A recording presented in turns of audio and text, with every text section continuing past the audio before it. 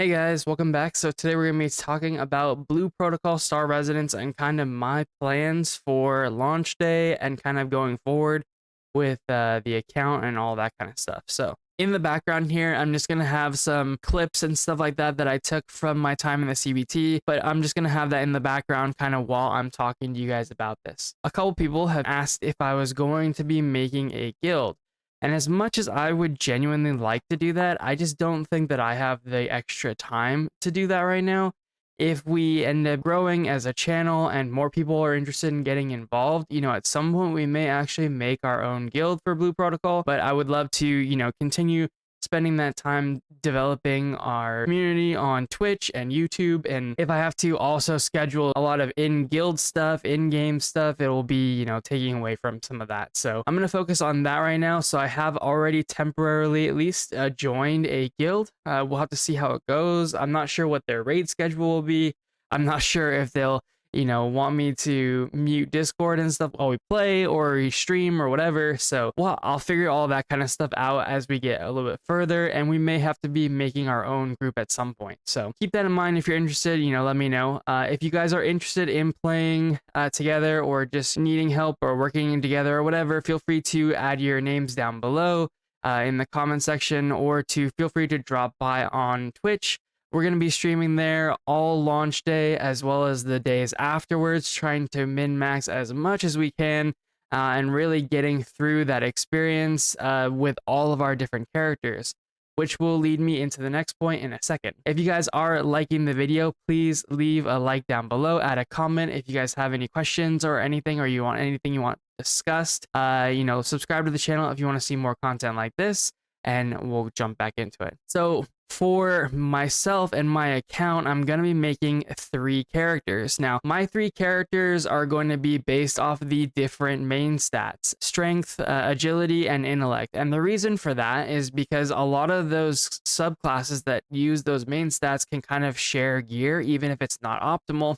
And even in late game, once you start making raid gear, as long as it's the same main stat, if you switch specs or whatever, it will actually convert the substat for you. So you don't have to worry about it as long as you're still within that main stat. So if you do want to multi-class early, this is going to be a good way to kind of min-max and get to experience those classes even at endgame fairly early.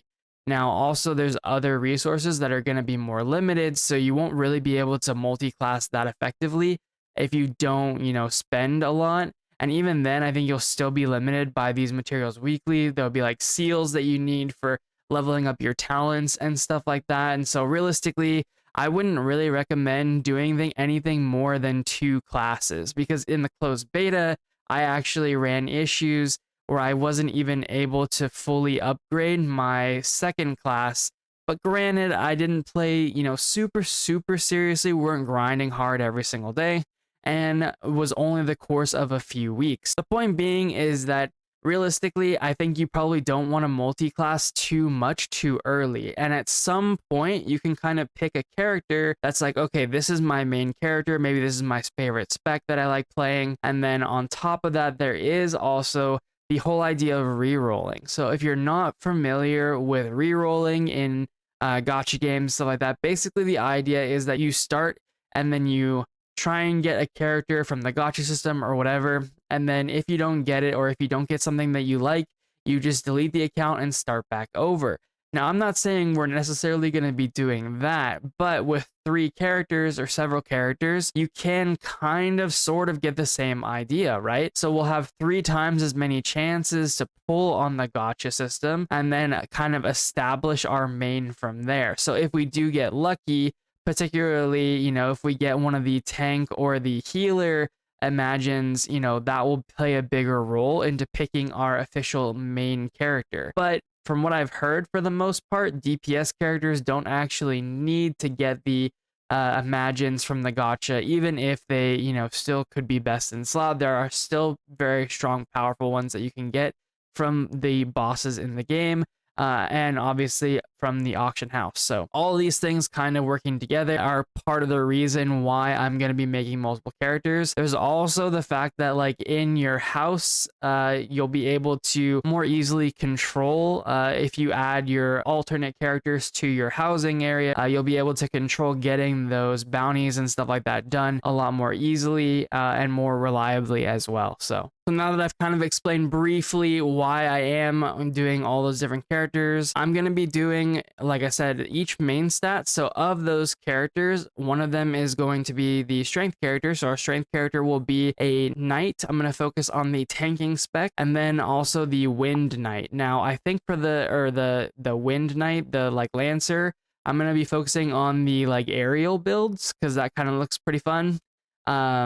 Of the two, I'm not sure which one I'm going to start with. I might start with the Lancer, honestly, because of all the classes, the tank role I kind of am the least interested in. But to be honest, I pretty typically fall into the tanking role in other games like World of Warcraft or even Final Fantasy XIV. So I do want to make sure I have a character that has the ability to tank should the time arise. And also, I want to give it a shot. I want to check it out and see if I'm interested in potentially building it long term on whatever character becomes my main and just kind of getting to see more of that role. But because of that, I do think that it might be the character that, like, the tanking role is kind of the sub job, right? So I'm going to main probably the Wind Lancer and then move on from there. So the agility character, I'm going to main the Stormblade, in particular the Scythe build that I was running in the beta. I actually quite liked that, and I'm excited to learn and play more now that I'll have access to more seals and stuff like that. It will help build the class and make it do more damage, right? So I wasn't able to fully experience that as much because it was my subclass kind of thing or my secondary class on the closed beta test. So I'm looking forward to trying that out a bit more. The other agility class is the hunter or the marksman. And I don't know that I'm actually super interested in playing the marksman. So the agility character might just be the Stormblade. I'm not entirely sure. And the reason for that is kind of, I know that the marksman, the beast mastery hunter or whatever, wolf hunter, has like, one of the highest DPS in the game really early on. And then also its, auto battle like ability is like, you're going to do more with auto battle on that class than other classes like trying to play. And to be honest, it just doesn't really interest me. I'm playing this because I want to play it, not because I want to watch the auto battler play better than I can. So that will be kind of my thing going forward with that.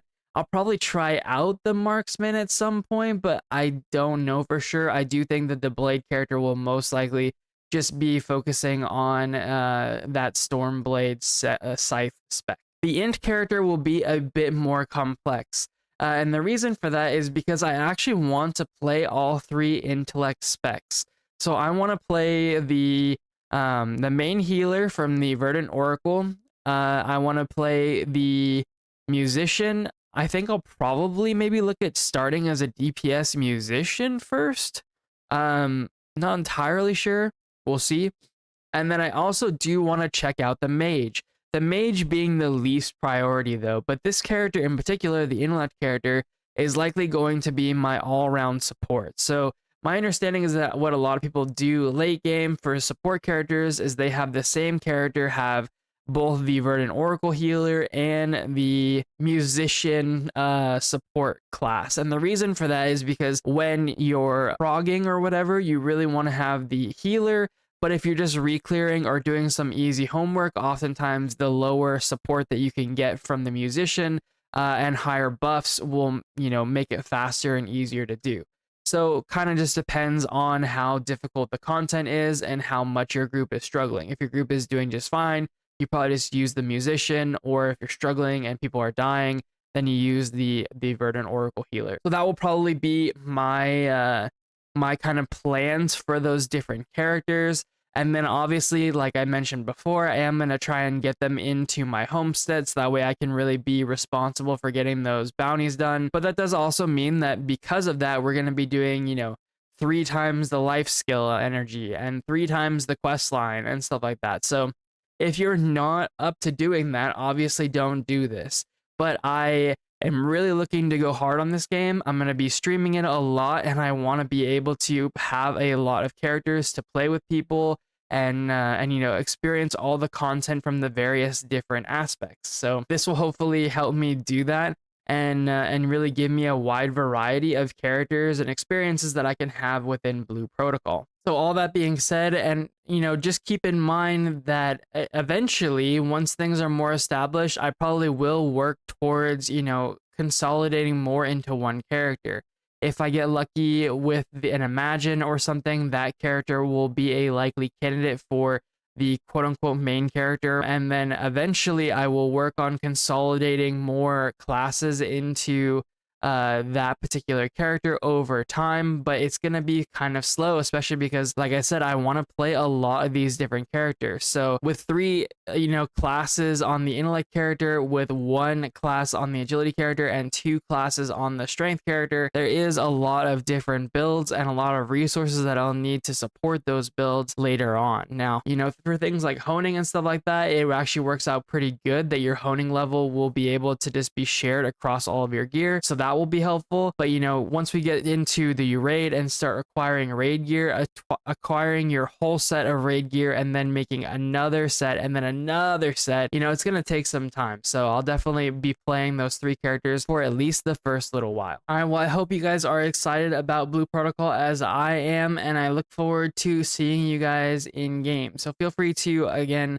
subscribe to the channel, like the video if you like it, comment down below. And feel free to come hang out on Twitch if you guys want to hang out and, do dungeons or whatever. I'm going to be farming all the gear on all of the characters and doing all of the things. So, and also I will be making videos for Blue Protocol in the coming future as well. I might make an early, couple of days guide on what I would do to really make sure you're min-maxing the most. There's going to be a lot of Blue Protocol in the coming future, and I'll see you guys around.